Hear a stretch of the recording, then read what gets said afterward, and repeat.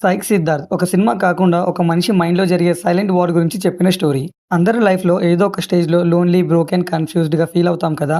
ఆ ఎమోషన్‌ని సబ్‌టైల్‌గా చూపించడానికి ట్రై చేసిన ఫిల్మ్ ఇది. బేసిక్ స్టోరీ స్పాయిలర్ లేకుండా.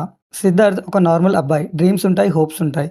కానీ one by one failure, business, relationships, life expectation all hit him badly. అవన్నీ కలిసి తన మెంటల్ స్టేట్‌ని అన్‌స్టేబుల్‌గా అవ్వడం స్టార్ట్ అవుతుంది. ఆయన ఉన్న వరల్డ్‌లో అంతా నెగెటివ్‌గా కనిపించడం స్టార్ట్ అయిపోతుంది.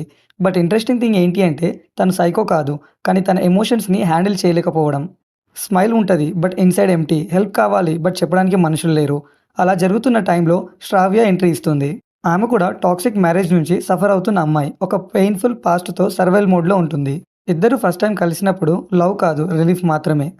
వాళ్ళతో జరిగిన మిస్‌అండర్‌స్టాండింగ్స్, వాళ్ళకి బయట నుండి వచ్చే ప్రెషర్స్ అన్నీ కలిసి ఒక ఎమోషనల్ మేజ్ లాగా క్రియేట్ చేస్తాయి. కొన్ని వూండ్స్ హీల్ అవ్వాలంటే లవ్ సరిపోదు. సెల్ఫ్ యాక్సెప్టెన్సీ కూడా కావాలి అనేది ఈ movie core point. Srinand as a సిద్ధార్థ్‌గా తన క్యారెక్టర్‌లో 3 షేడ్స్ ఉంటాయి. Confused, angry side, lonely. అవన్నీ చాలా జెన్యూన్‌గా పోర్ట్రేట్ చేశారు. కొన్ని సైలెంట్ సీన్స్‌లో ఐస్‌తో కన్వే చేశారు. కెరియర్ బెస్ట్ వర్క్ అని కాన్ఫిడెంట్‌గా చెప్పొచ్చు. యామని యాజ్ ఎ శ్రావ్య ఆమె రోల్ స్ట్రాంగ్ కాదు. సబ్‌టైటిల్‌గా పెయిన్‌ని క్యారీ చేసే అమ్మాయి. ఓవర్ డ్రామా లేకుండా నేచురల్‌గా యాక్ట్ చేసింది. Supporting caste wise okay. Director new age approach తీసుకొని స్క్రీన్ ప్లే డిజైన్ చేశారు. Realistic conversations without unnecessary cinematic drama, emotions స్లోగా బైల్డ్ అవ్వడం, క్యారెక్టర్స్‌ని ఇంపర్ఫెక్ట్‌గా చూపించడం వర్క్డ్ వెరీ వెల్. బట్ కొన్ని ఇష్యూస్ కూడా ఉన్నాయి. పేసింగ్ అన్‌ఈవెన్ ఎస్పెషల్లీ సెకండ్ హాఫ్‌లో. కొన్ని సీన్స్ డ్రాగ్ అవ్వడం వల్ల ఇంపాక్ట్ తగ్గిపోతుంది.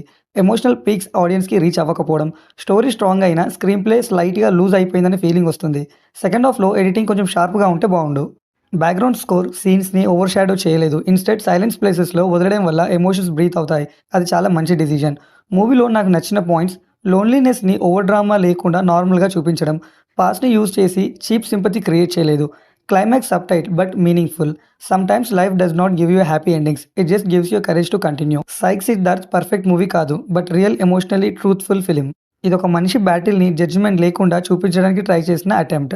పర్ఫార్మెన్సెస్ మూవీని పిల్లర్‌లా క్యారీ చేశాయి. ఇది అందరికీ నచ్చేది కాదు. కమర్షియల్ కంటెంట్ ఎక్స్‌పెక్ట్ చేస్తే ఫుల్ ఫ్లెడ్జ్ సాటిస్ఫై అవ్వలేరు.